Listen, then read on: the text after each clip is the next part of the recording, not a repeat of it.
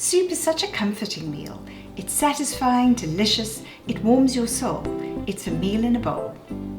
I used to buy canned soup, possibly for the same reasons you do. And then I started making my own soup, and I don't buy canned soups anymore. Hi, my name is Lindy, and thank you for watching my channel.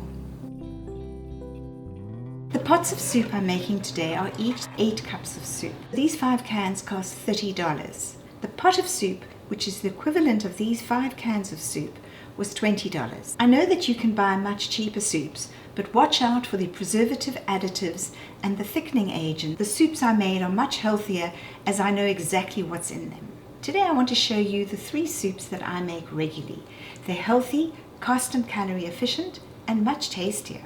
Soup on a winter's evening can be a quick meal when you don't feel like cooking. A large pot made in advance can be heated and enjoyed in minutes. You can also switch up the soups with some simple accompaniments I'll show you later. Our first soup is pea soup. For the pea soup, we're going to use 2.5 cups of split peas, salt, pepper, celery, carrots, garlic and onion, and a smoked pork hock. We begin by soaking the 2.5 cups of split peas overnight in cold water.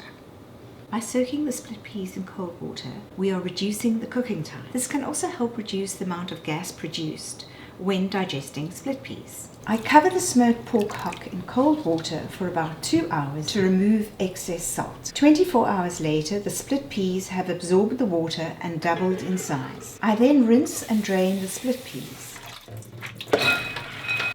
Drain the water off the pork.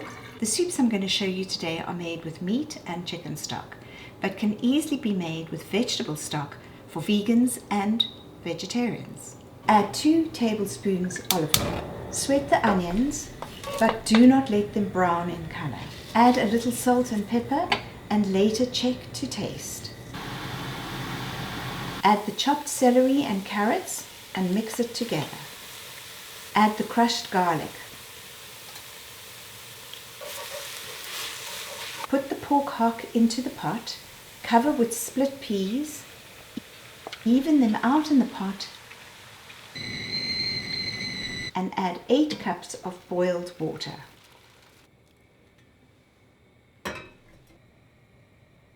Stir, turning the heat up, put the lid on and bring to the boil. At a high heat, the protein coagulates faster and a soup scum is produced.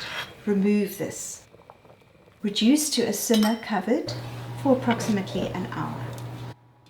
When the peas are soft and cooked, remove the pork bone from the soup. Shred the meat, discarding the skin and bones. You can see that the soup is thickening nicely. Return the shredded pork to the pot.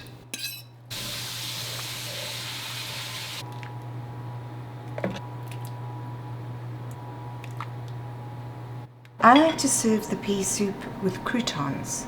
The next soup we're going to make is our butternut soup. And this is a delicious creamy soup which, once we've cooked everything together, we blend with a hand blender. Some ginger and nutmeg.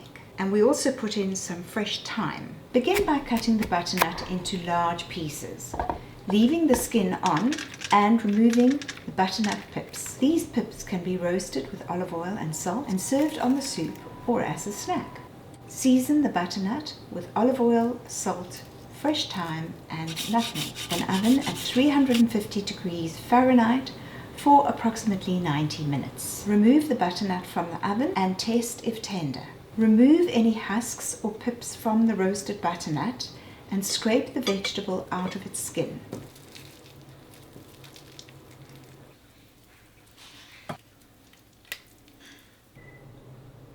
Chop the onions in a food processor. Heat 2 tablespoons olive oil and 2 tablespoons of butter and sweat the onions in the fat. Do not let them get brown, just soften them. Chop the celery and carrots in a food processor.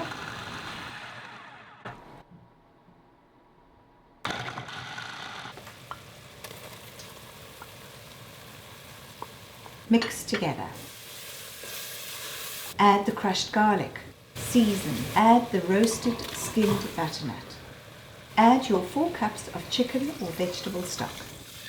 Squeeze a whole orange into the soup. Fortunately, these oranges don't have pips. Stir in a heaped tablespoon of freshly grated ginger and break up about a teaspoon of fresh thyme. You could use dried or powdered herbs and spices, but half the quantity as it's more concentrated than fresh spices. Bring the soup to a boil, reduce heat and simmer for 20 minutes covered. Switch the heat off.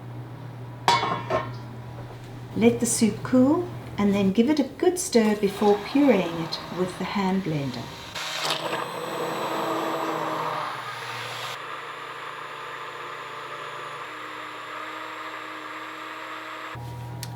Stir and serve warm. I like to serve with toasted cheese. I bought this roasted garlic artisan loaf, which I slice thickly. Butter on one side of each slice. Fold over. Put cheese on unbuttered side. I'm using a Canadian Swiss cheese. The butter is now on the outside of the sandwich. Place in a griddle pan. Cover with a lid and heat on medium for about 2 minutes on each side.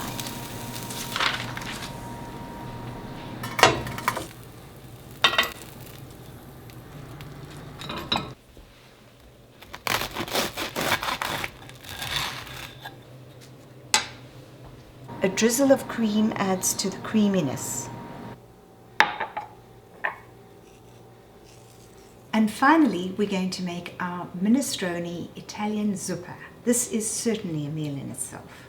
So what I put in here is I fry up the garlic and onion. I've got celery and carrots and pasta. I have 400 grams cannellini beans and 400 grams chopped tomato.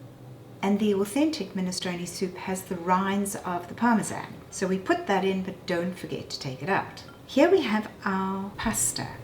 Now you can use a variety of pastas. I'm using the elbow noodle pasta, and there are a couple of ways of cooking the pasta in the soup. The one is to put the pasta in while you're cooking so that it cooks in the soup, so that you get the flavor coming through in your pasta. But that is fine if you're going to be eating and finishing your minestrone soup that day. The other one is to cook it separately and then add it cooked. These soups I've made can last in the fridge for up to 5 days and freeze beautifully.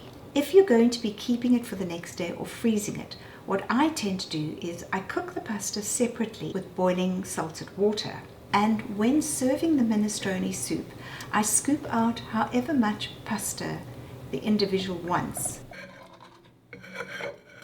and then put the minestrone soup on top of that.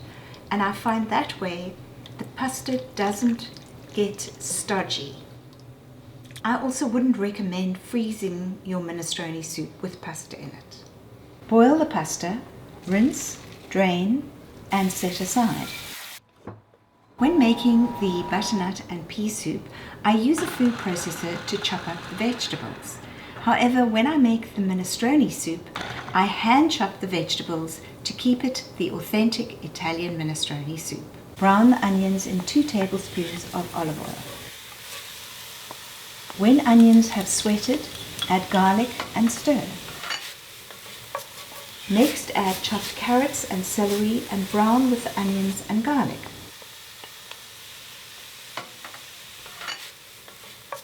Add the 4 cups of chicken or vegetable stock. I'm adding a potato cut into cubes to thicken the soup. Add the parmesan rind to your soup for flavor.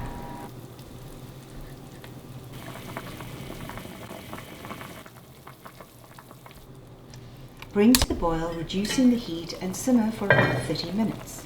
After about 30 minutes, add the chopped tomatoes. Taste for seasoning. Switch up the heat. Cover and leave to simmer. Taste to see if the vegetables are cooked.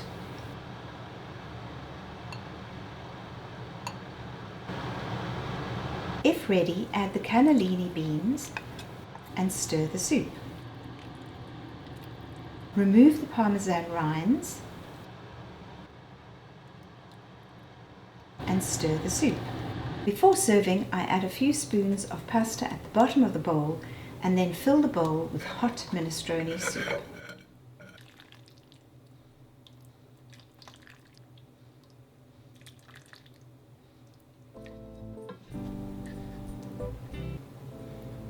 Top with fresh pesto and olive oil and enjoy with a crispy baguette.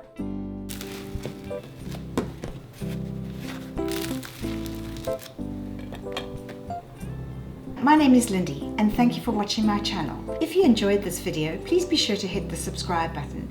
And if you have any comments, I'd love to hear from you. Take care and bye.